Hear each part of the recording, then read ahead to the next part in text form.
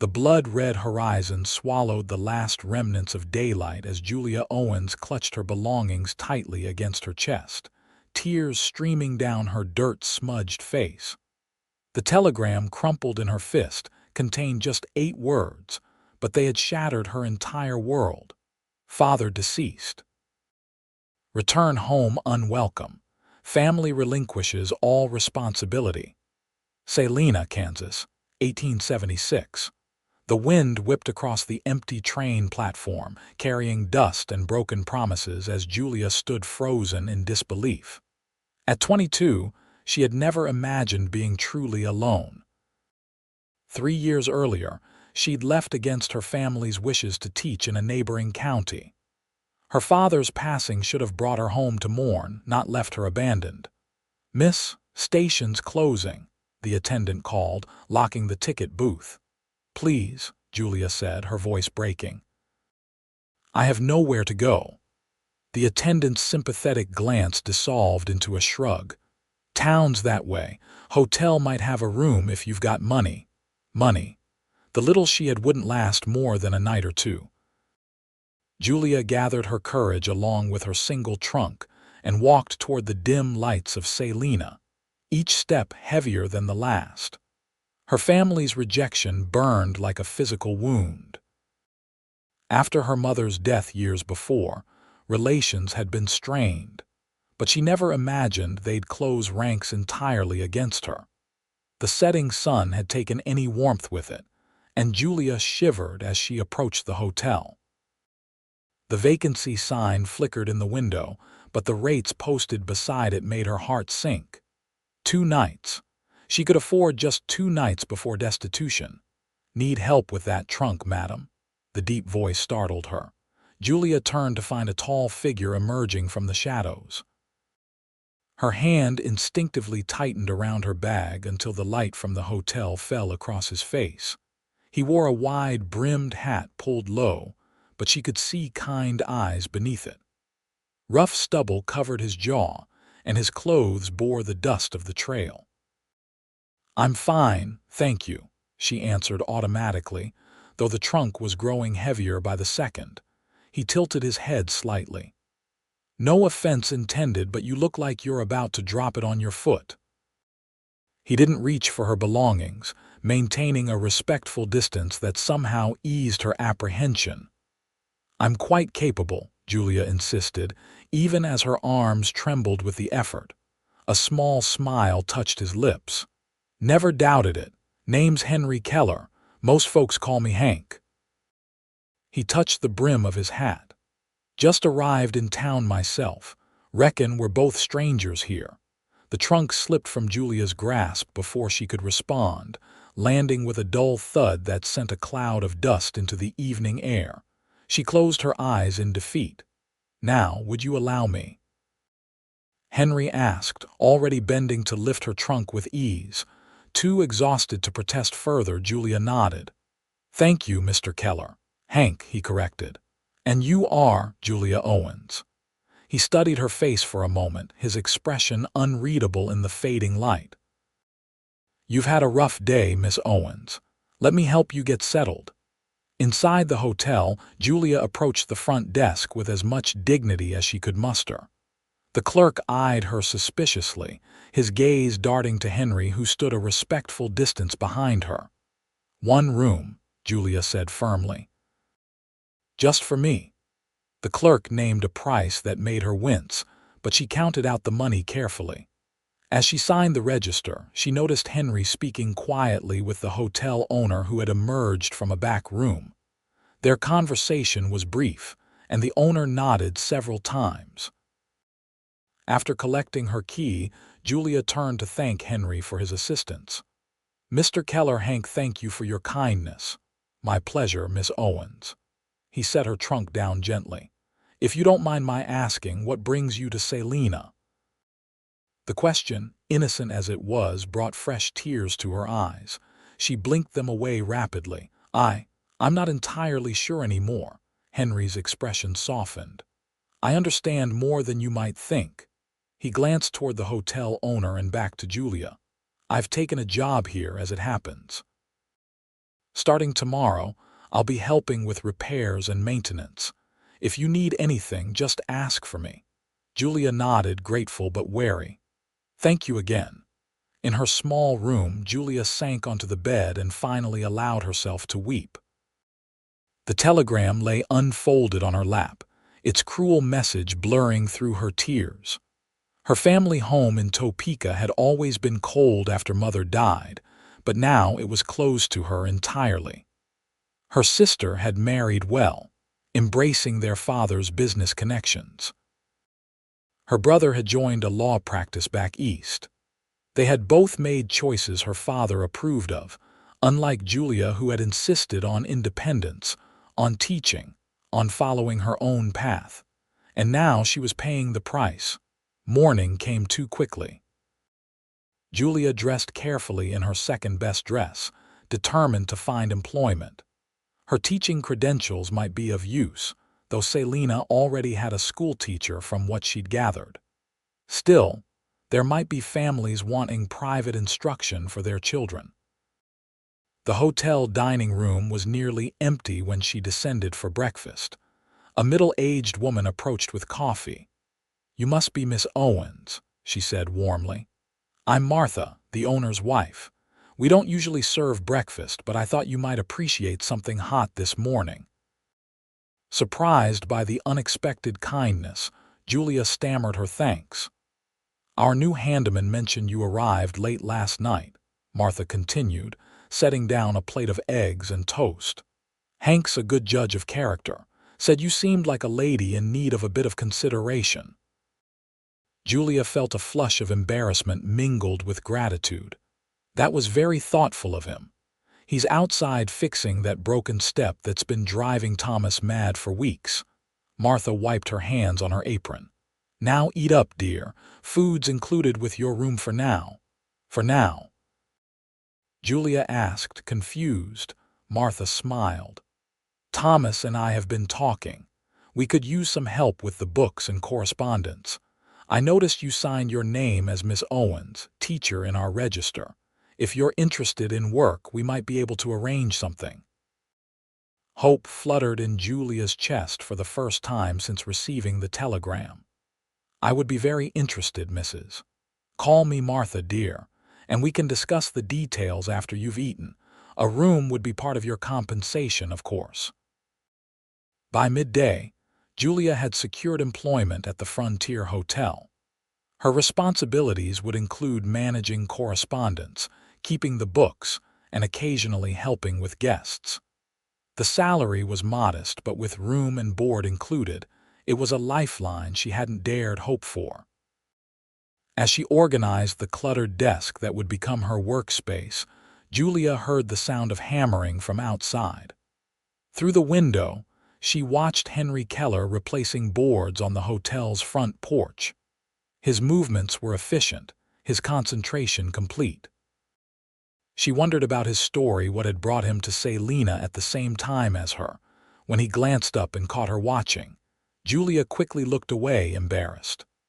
But not before she noticed his smile, warm and genuine, a brief connection across the distance between them. The weeks that followed established a rhythm to Julia's new life.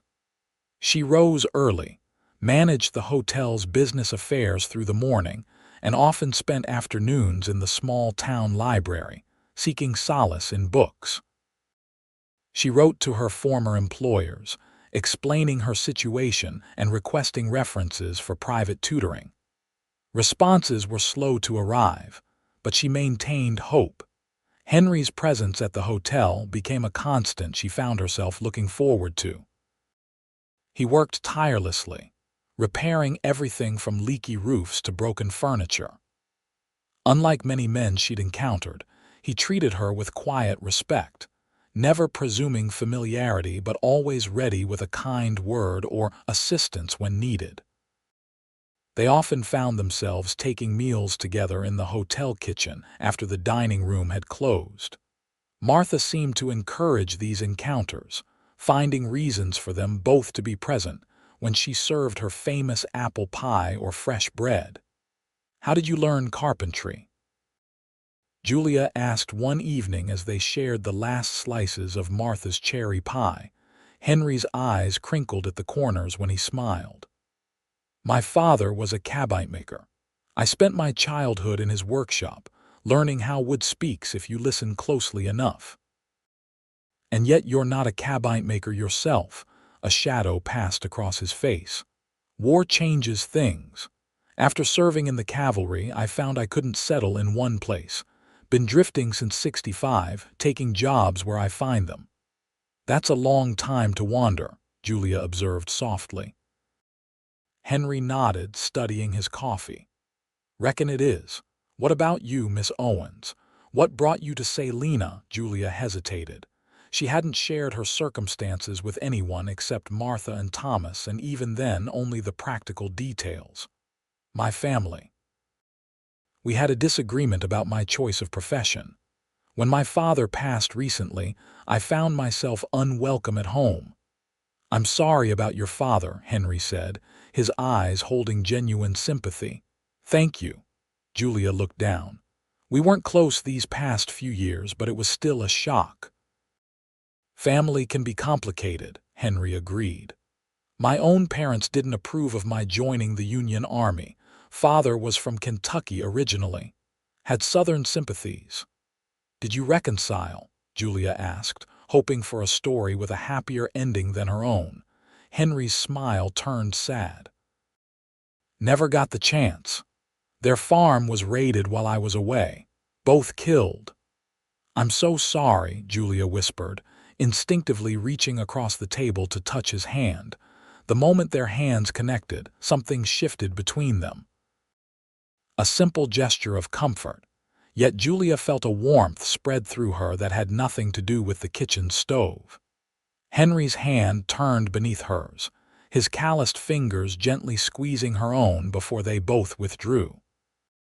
We're quite a pair, he said with a soft chuckle that didn't quite reach his eyes. Two strays ending up in the same place. Perhaps that's not entirely by chance, Julia suggested before she could think better of it. Henry's gaze held hers for a long moment. Perhaps not, Miss Owens. Julia, she corrected, feeling suddenly brave. I think after sharing such confidences you might call me Julia. His smile then was genuine, reaching all the way to his eyes. Julia, he repeated, as if testing the feel of her name. It suits you. In the months that followed, life in Salina gradually reshaped itself into something Julia might almost call contentment. Her work at the hotel expanded as Thomas and Martha recognized her capabilities. She began tutoring 3 children from prominent families in town, supplementing her income and fulfilling her desire to teach. Henry remained at the hotel long after the initial repairs were complete, accepting Thomas's offer of permanent employment as the establishment expanded. His skills proved invaluable as Salina grew with the railroad, bringing more travelers through town. Their friendship deepened through shared meals, occasional walks on Sunday afternoons, and quiet conversations on the hotel's porch during warm evenings.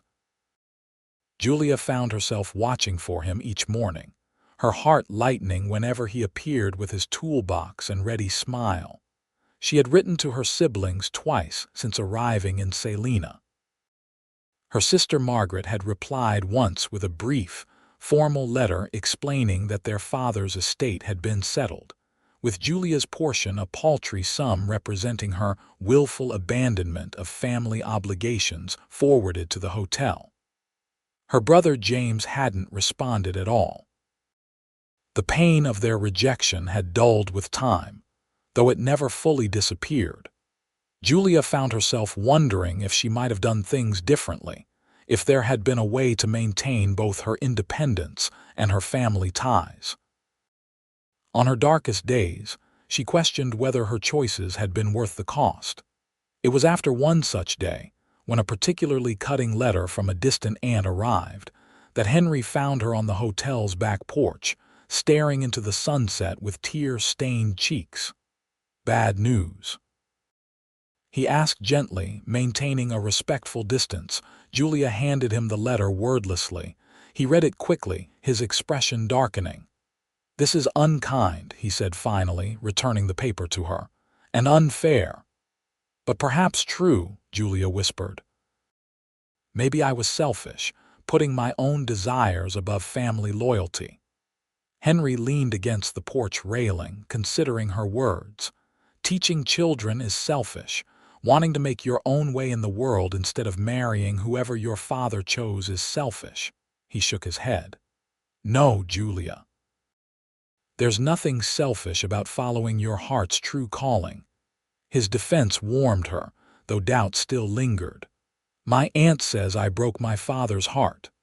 "People often confuse disappointment with heartbreak," Henry replied. "Your father was disappointed you didn't follow the path he chose." "That's not the same as a broken heart." "How can you be so certain?" Henry's gaze turned distant. "Because I've seen both.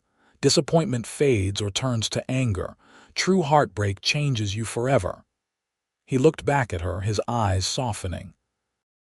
"You have too much light in you to have broken anyone's heart, Julia Owens."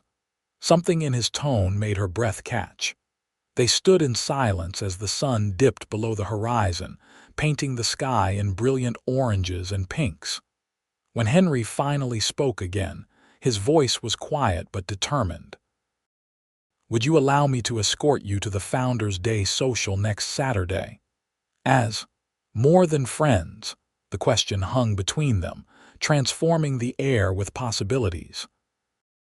Julia studied his face in the fading light, the earnest eyes, the strong jaw softened by genuine concern, the slight nervousness in his usually confident stance.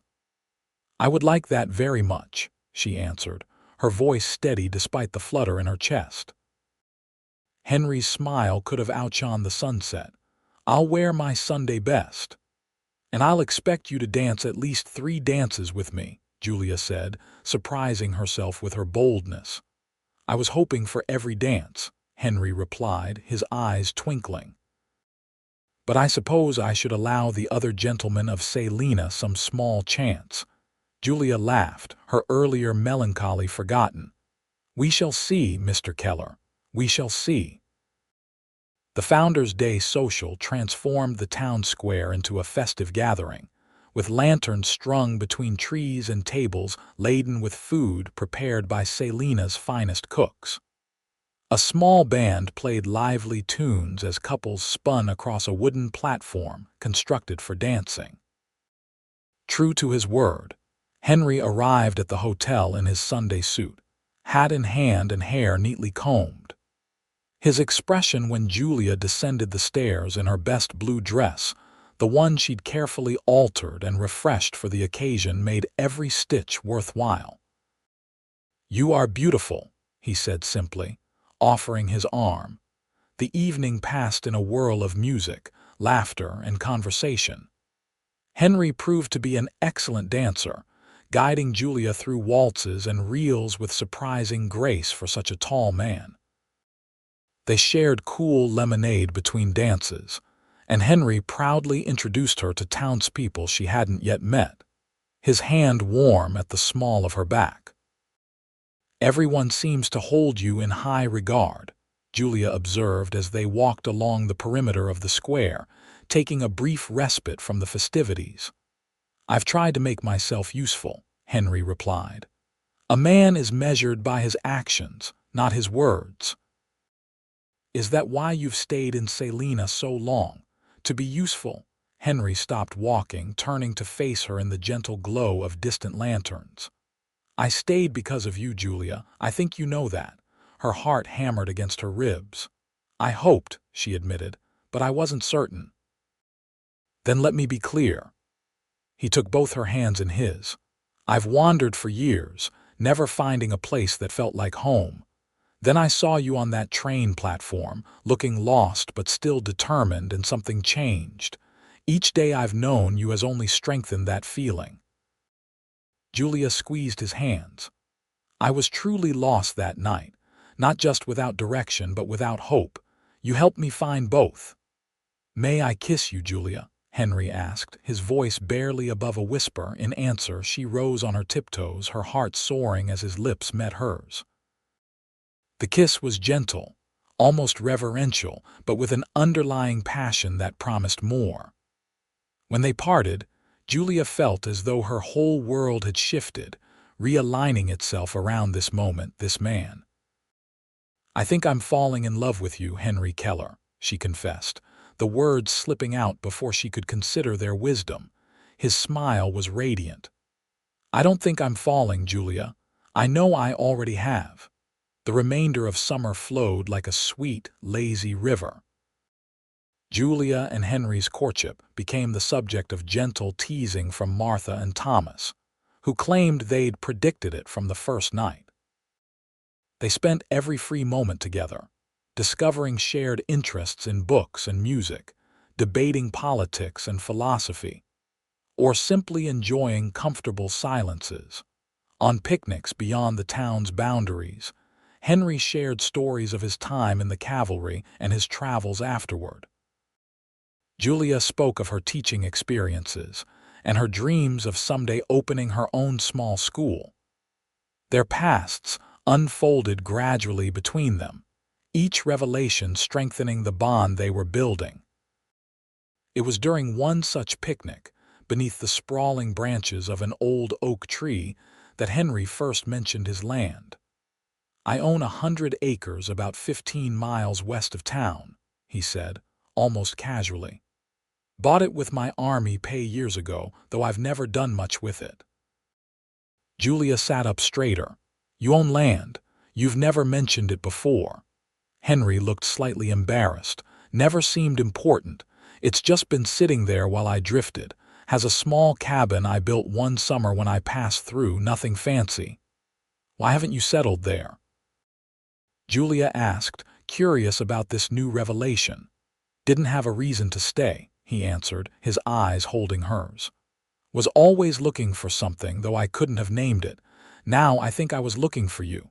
Julia's heart swelled with emotion. "I'd like to see this land of yours someday. I was hoping you'd say that." Henry reached for her hand. "Because I've been thinking about building something there, a proper home." The implication hung between them, beautiful and fragile as a soap bubble. Julia held her breath, afraid to break the moment. "Julia Owens," Henry continued, his voice growing more serious. "I know we haven't known each other long in the grand scheme of things, but I've never been more certain of anything in my life. Would you consider becoming my wife? Building that home with me?" Joy erupted within her like a geyser. "Yes," she breathed. "Yes, Henry, I would be honored to be your wife." He kissed her then, more deeply than ever before, and Julia felt her future opening before her like a book of blank pages waiting to be filled with their story together. They were married in October, with the leaves turning gold and crimson around them. The ceremony was small but joyful, held in Salina's white-steepled church with Martha and Thomas standing as witnesses. Julia wore a cream-colored dress that Martha had helped her sew, with late-blooming wildflowers in her hair. Henry had spent the weeks leading up to their wedding making improvements to his cabin, determined that Julia would have a proper home, however modest. They planned to continue their work at the hotel through winter, saving their earnings while Henry finished the necessary renovations. Come spring, they would move to their land permanently, where Henry would farm and raise horses while Julia established a small school for neighboring families. Their wedding night was spent in the hotel's best room, which Thomas and Martha had insisted on providing as a gift. Julia's nervousness dissolved in the tenderness of Henry's touch, his patience and gentle guidance transforming uncertainty into passionate discovery. They emerged the next morning as truly husband and wife, the bond between them sealed in every possible way. Winter arrived early that year, with November bringing biting winds and the first snowfall. Work on the cabin slowed as Henry balanced his duties at the hotel with preparing their future home for the harsh Kansas weather. Julia continued managing the hotel's affairs and tutoring, now setting aside a portion of her earnings for supplies they would need in spring. Their first Christmas as a married couple brought unexpected joy when a package arrived from Julia's sister Margaret. Inside was a handsome quilt and a letter that, while not exactly warm, acknowledged Julia's marriage and expressed cautious wishes for her happiness. It was a small crack in the wall her family had built, but it gave Julia hope that perhaps time might heal the deeper wounds. Henry had crafted Julia a beautiful writing desk from walnut, his father's cabinet-making skills evident in the detailed joinery and smooth finish. Julia gave him a pocket watch she'd saved for months to purchase, having it engraved with their wedding date and the words, "For all time." Their life settled into a rhythm of work and planning, their evenings spent in their small rented room above the hotel's kitchen, discussing their dreams for the future. Julia's happiness felt complete until the letter arrived in early February. It came addressed to Henry, delivered by a rider who traveled through a snowstorm to reach Salina. The man waited in the hotel lobby while Henry read its contents, his expression growing grave with each line. "What is it?" Julia asked when they were alone, fear clutching at her heart. Henry folded the letter carefully.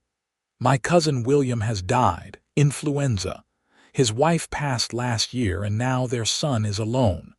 "I'm so sorry," Julia said, touching his arm gently. "Were you close? We grew up together, more like brothers than cousins." "Haven't seen him in years, though we exchanged letters now and then." Henry's eyes were troubled. "His boy, James, is only 8. The letters from the preacher in their town says there's no one else to take him." Understanding dawned. "Where is he now?" "With the preacher's family temporarily. They're in Springfield, Missouri." Henry ran a hand through his hair, a gesture Julia had come to recognize as a sign of his distress. "Julia, I know this isn't what we planned, but I can't leave William's son with strangers. I have to go get him." Julia took Henry's hands in hers. "Of course you do. He's family." Relief flooded Henry's face. "You understand this means bringing him here, raising him as our own. He's your blood, Henry. We'll make a home for him together." The decision felt right, despite the unexpected turn their plans had taken. "When will you leave?" "First train tomorrow if I can get a ticket. The journey will take several days there and back." He hesitated. "You're certain about this? It changes everything." Julia thought of her own family's rejection, the pain of having doors closed against her. "Not everything. We'll still build our life together, just with one more heart to fill our home." Henry gathered her close, his embrace fierce with emotion. "I don't deserve you, Julia Keller." She smiled against his chest, still not entirely used to her new name. "Perhaps not, but you're stuck with me nonetheless." The following morning, Julia stood on the train platform, watching snow swirl around them as Henry prepared to board. The same platform where they had first met now became the site of their first separation. "Take care of yourself," she urged, straightening his scarf. "And little James." "We'll be back before you know it," Henry promised, cupping her cheek in his gloved hand. 2 weeks at most, weather permitting." As the train pulled away, Julia felt a curious mix of emotions. Sadness at Henry's departure, anxiety about the changes ahead, but also a strange excitement.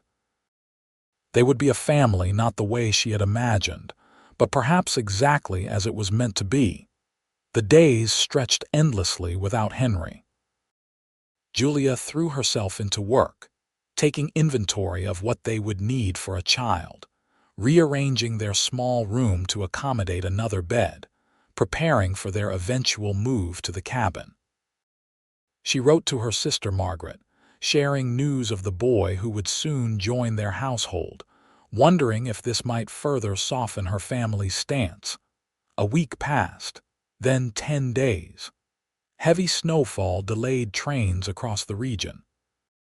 Julia tried not to worry, reminding herself that travel in winter was unpredictable. Still, she found herself watching the road from town, hoping to see Henry's familiar figure trudging through the snow. On the 12th day, Thomas burst into the hotel office where Julia was working. "Train's coming in. Just got word from the station." Julia grabbed her coat and hurried through the snow-covered streets to the platform. The train arrived in a cloud of steam, passengers disembarking slowly into the bitter cold.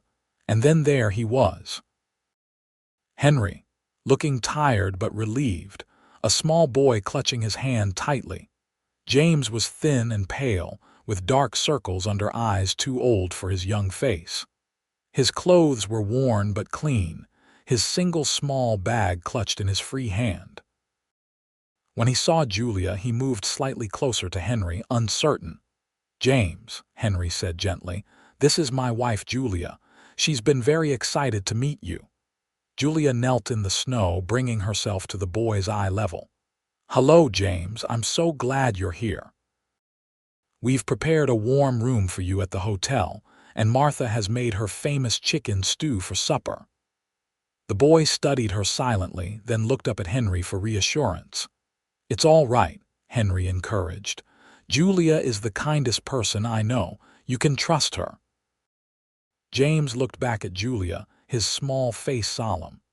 "Do you have any books?" he asked, his voice barely above a whisper. Julia smiled, feeling the first connection form between them. "I have quite a few books, and I'm a teacher, so I can help you with your reading if you like." Something in the boy's expression eased slightly. He nodded once, a tiny gesture that nevertheless filled Julia with hope. The adjustment period wasn't easy. James suffered from nightmares, often waking in tears, calling for parents who would never return.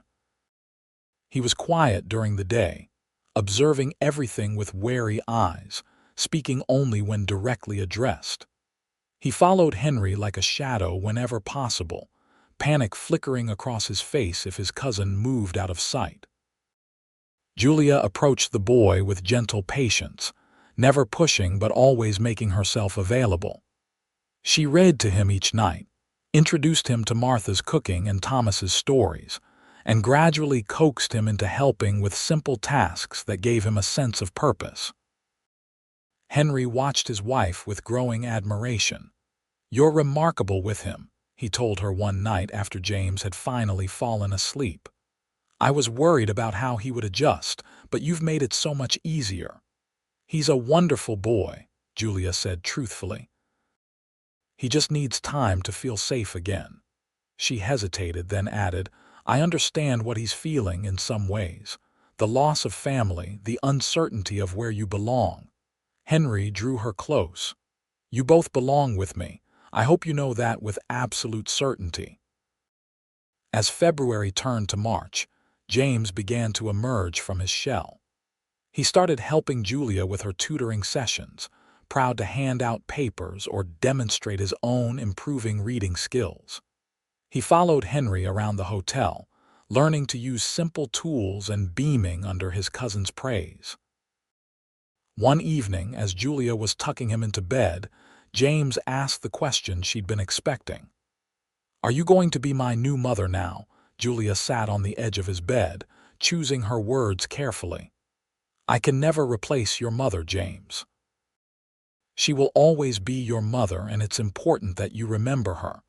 But if you'd like, I would be honored to care for you as a mother would, to love you and guide you as you grow." James considered this seriously.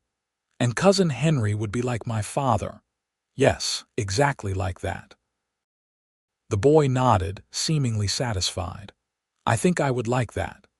He hesitated, then added, "Could I call you Aunt Julia until I'm ready for—" the other word? Julia's heart overflowed with tenderness. "Of course you may. Aunt Julia sounds wonderful to me." With spring's arrival, they began final preparations for the move to Henry's land. The cabin had been expanded with a new room for James and a larger kitchen for Julia.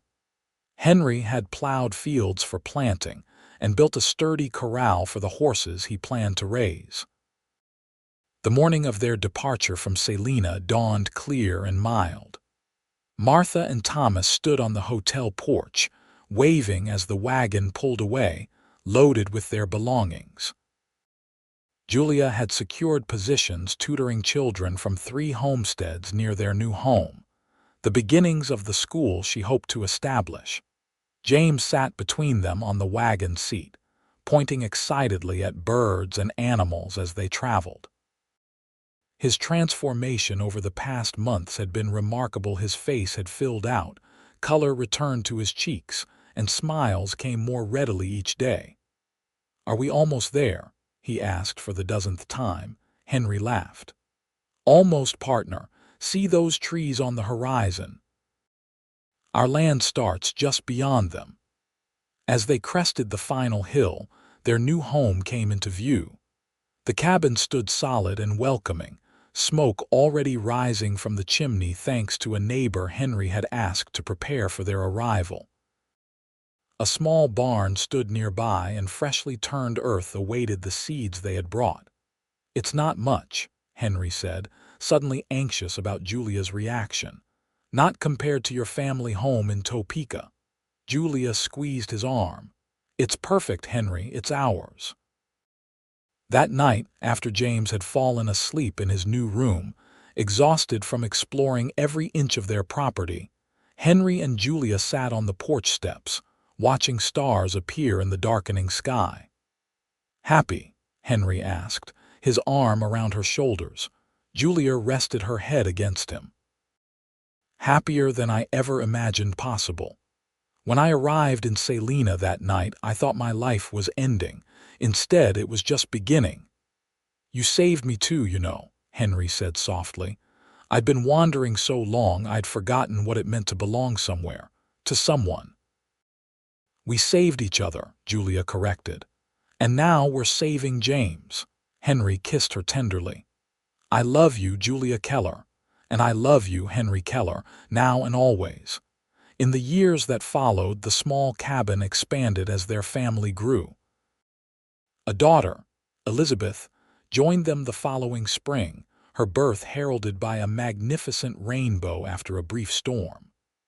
2 years later, their son Michael arrived during the harvest season, his lusty cries announcing a healthy pair of lungs.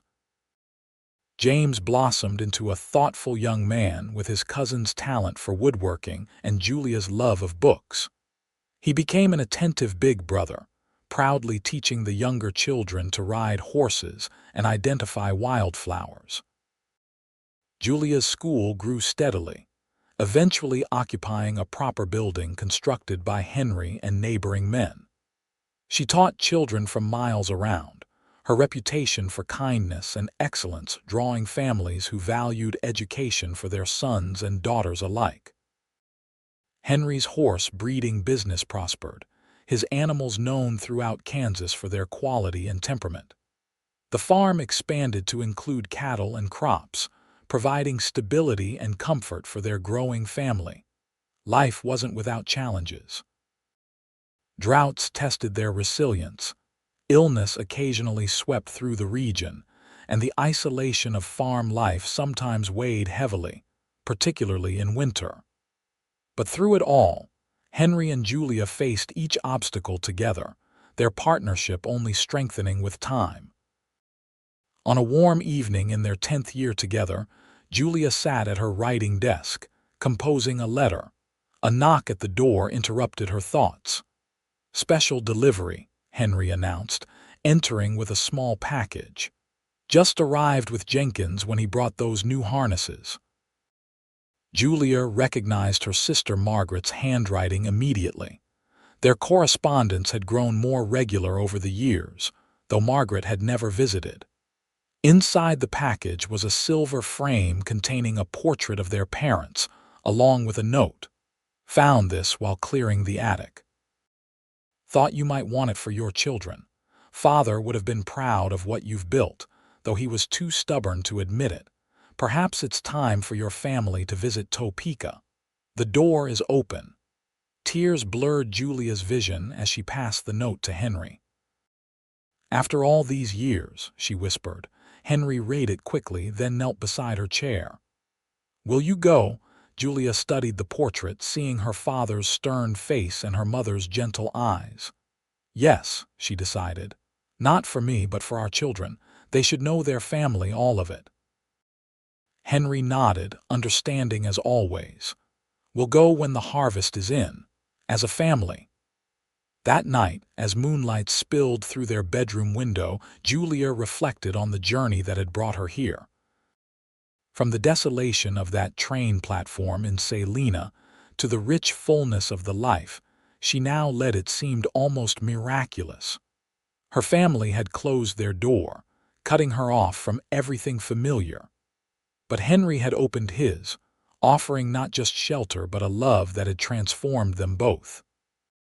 Through that open door had come James, then their own children, then a community of friends and neighbors who had become like extended family. And now, perhaps, a reconciliation she had once thought impossible. "What are you thinking about so intently?" Henry murmured, drawing her closer beneath the quilt. "Doors," Julia answered. "How some close while others open, and how difficult it can be to walk through them, even when they lead exactly where you need to go." Henry kissed her softly. "Well, I for one am grateful every day that you had the courage to walk through mine." "As am I," Julia agreed, resting her head on his chest, listening to the steady heartbeat that had become the rhythm of her life. "As am I."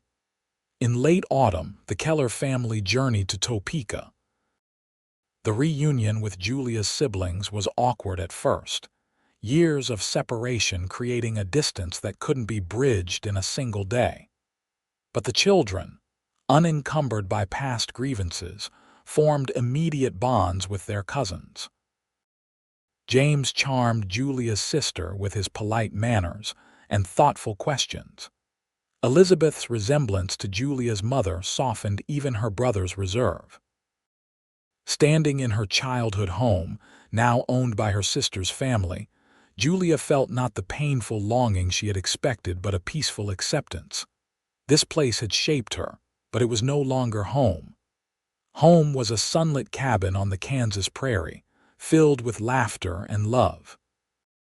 Home was Henry's smile across a crowded room, James's thoughtful frown as he worked on a carpentry project, Elizabeth's songs, and Michael's boundless energy. As they prepared to depart after a week's visit, Margaret embraced Julia tightly. "I'm sorry it took so long," she whispered. "Father was wrong to shut you out." "We all have regrets," Julia replied, returning the embrace. "But we also have tomorrow." The journey back to their farm seemed shorter somehow, the landscape changing from town to open prairie, each mile bringing them closer to where they truly belonged. As their property came into view, Henry reached for Julia's hand. "Welcome home," he said simply. Julia smiled, squeezing his fingers. "It's good to be home." And it was. Through all the years that followed, through children growing and leaving to build their own lives, through the joys of grandchildren and the sorrows of inevitable losses, through changing seasons and evolving dreams, one thing remained constant. The home they had built together stood as a testament to hope restored, to doors opened when others closed, to love that had transformed two lost souls into a family whose bonds could never be broken. For Julia Owens, the girl who once stood alone on a train platform with nothing but a trunk and a crumpled telegram, had become Julia Keller, surrounded by the rich tapestry of a life woven with threads of love, perseverance, and the courage to walk through an open door.